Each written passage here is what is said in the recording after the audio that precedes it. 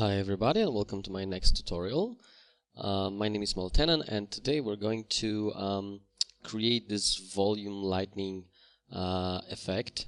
Well, this is actually a tip rather than a tutorial because this one is pretty easy.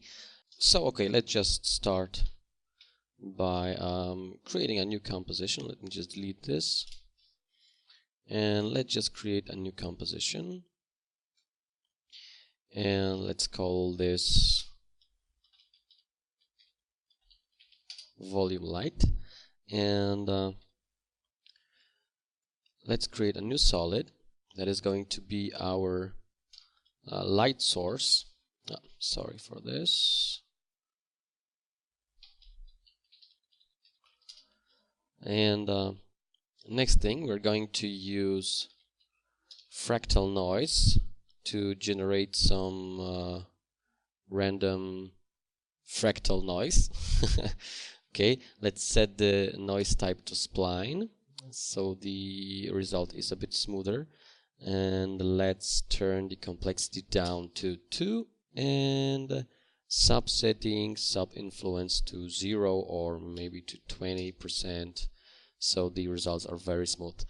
Next thing, set the overflow to warp back. Basically what this does is that when you pump up the contrast and the values go to white or below white, or should go below pure white, they just start warping back, as you can see. So we have this bright lines and then inside we have a darker color. So this is basically what warp back does, and I think this looks okay. And next thing, we're going to turn this layer into a 3D layer, and let's rotate it by holding shift. So we rotate it 90 degrees. As you can see, we have no layer visible at this moment, is because it's facing the camera, facing the composition. So let me just move this upwards like so, and we can just scale it like this. And the next step is to create a new adjustment layer. Let's call this light, and this is going to generate a volume light, and we are going to use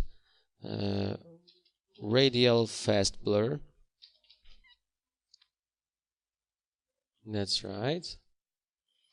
And let me just move this down a bit, and let's move the center point just above the solid layer, and let's set the zoom type to brightest. And already you can see some amazing stuff going on.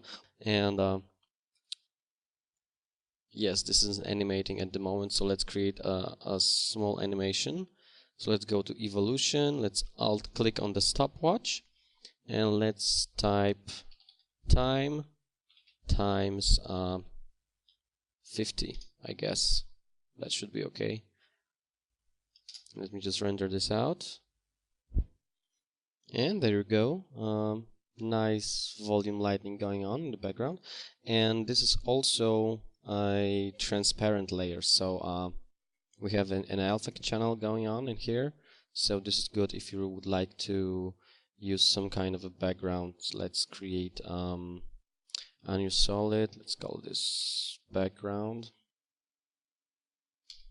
BG, and let's use a ramp effect, and let's generate some colors, for example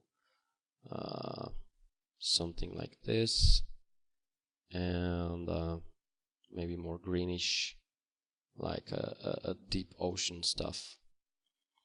And now the problem is that we still have this layer visible. We could of course move it upwards to hide the layer, but I think that the better way to do it, I mean much more convenient, I think that's the word, is to use the transform effect on the adjustment layer,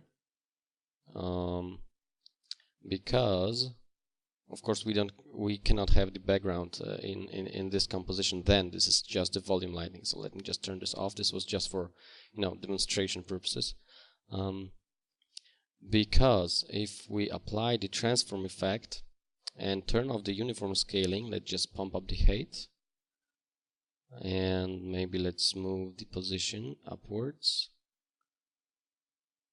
We can always turn this on and off to, you know, make adjustments to this layer without having to pull it back down and then pull it back up and stuff like that. So this is pretty useful stuff, and I think that's it. So as you can see, this was rather a tip than a full-length tutorial.